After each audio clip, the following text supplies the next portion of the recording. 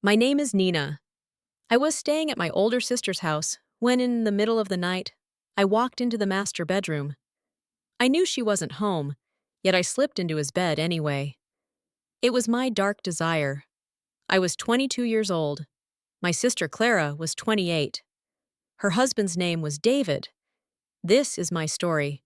A story about a profound mistake, the feeling of being utterly lost, and the long journey toward finding the right path.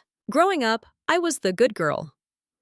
I listened to my parents, did my homework, and loved my sister. But Clara was always the smart one, the pretty one, the one who did everything right. She graduated from a prestigious university, secured a high-paying job, bought a beautiful house, and found a wonderful man. I was different. I was always lost, unsure of what to do with my life. I dropped out of school early and drifted through a string of jobs in shops and restaurants, never staying long enough to build a future. I wasn't focused. I was always dreaming of something else. One day, the inevitable happened. I lost my job again. With no money and an eviction notice on my door, I spent 2 days paralyzed by fear and sadness. I was ashamed to call Clara, but I had no choice. To her credit, she didn't yell or judge. She simply said, "Come here, stay with us." I packed my small bag and took a bus to her city. Her neighborhood was beautiful, filled with grand houses and clean, flower-lined streets. Stepping into her home, I felt small and impoverished. Clara welcomed me with a warm hug, and then I saw him, David. He was tall, with dark hair and kind eyes. When he spoke, his voice was deep and soft. In that moment, my heart raced with a strange fast beat. I looked at the floor, whispered a thank you, and retreated to the guest room they had prepared for me. As the weeks passed, my life remained a mess, while theirs seemed perfect. Clara worked long hours, leaving early and returning late, while David worked from his home office. Being alone with him all day was a slow torture. He was unfailingly kind, making me coffee every morning and constantly checking on my well-being. I watched him, the way he laughed on the phone, the way he looked out the window. I grew desperately jealous. Why did Clara have everything while I had nothing but an empty bag and a hollow heart? That jealousy morphed into a dark thing inside me. I stopped seeing David as a brother-in-law and started seeing him as a man I wanted for myself. I wanted him to hold my hand, to say my name with love. I knew it was wrong. Clara was my sister, and she had saved me. But my mind was sick, and my heart was confused. I began wearing pretty dresses and makeup around the house, hoping he would notice. He would smile and compliment me, but it was the polite kindness of a brother. He didn't see me the way I wanted to be seen. The opportunity I had been waiting for arrived when Clara announced a 3-day business trip.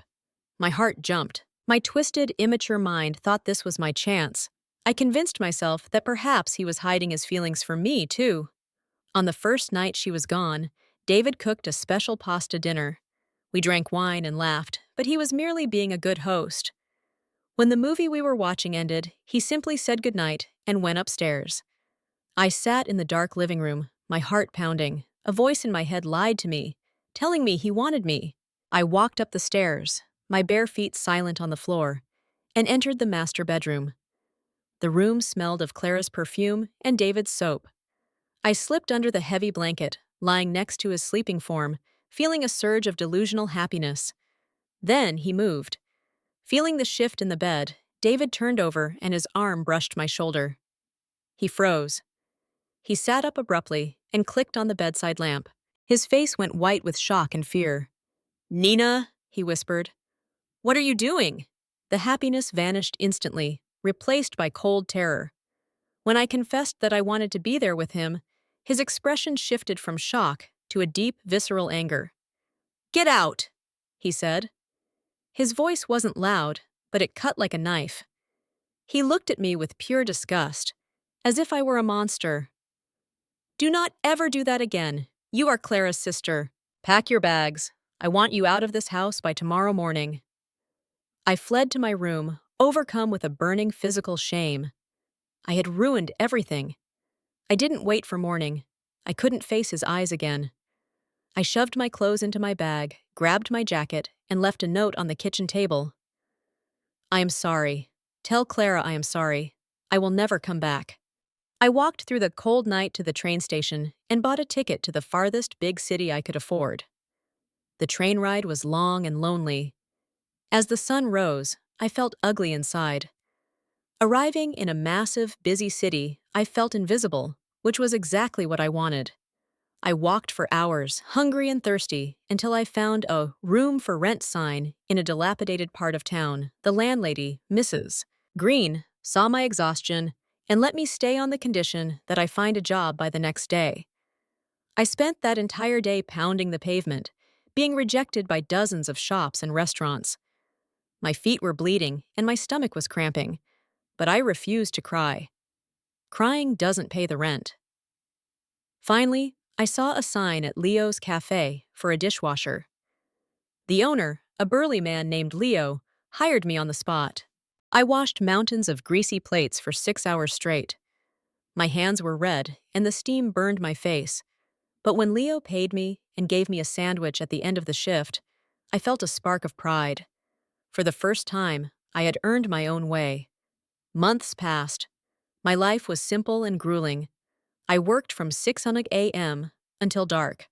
Hard work became my medicine.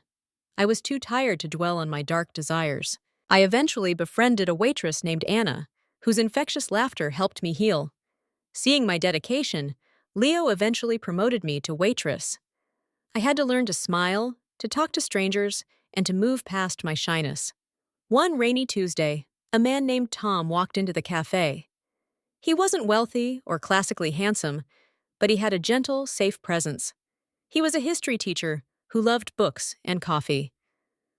Over time, we began to talk. Unlike David, Tom's smiles were just for me. He actually listened when I spoke, but the shadow of my past held me back. I felt I didn't deserve a good man. When Tom finally asked me to dinner, I tried to push him away, telling him I was a bad person. He didn't flinch. He told me that everyone makes mistakes and that he saw a kind, hard-working woman in front of him. That dinner was the beginning of a quiet, warm love built on truth rather than jealousy. However, I knew I couldn't build a future on a lie.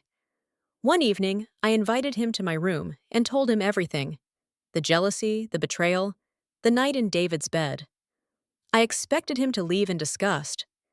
Instead, he took my hands and told me that a terrible person wouldn't feel this much shame or work this hard to redeem themselves. "You walked through the dark and found the light," he said. He forgave me, but he insisted on one more thing. I had to face Clara. The next day, I called her. The silence on the other end was agonizing. When I finally spoke, I offered no excuses. I told her I was sorry for the betrayal and the pain I had caused. Clara broke down.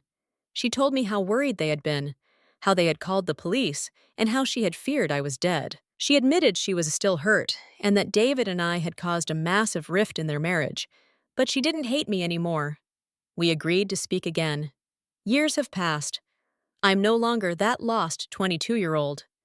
I'm now the manager of Learn English by Stories Cafe, or rather, Leo's Cafe, and Tom and I are happily married. We had a small wedding, and yes, Clara attended. David did not, and I respect that. My sister and I are slowly rebuilding our relationship, watering it carefully like a fragile plant. I learned a hard lesson: you cannot steal happiness.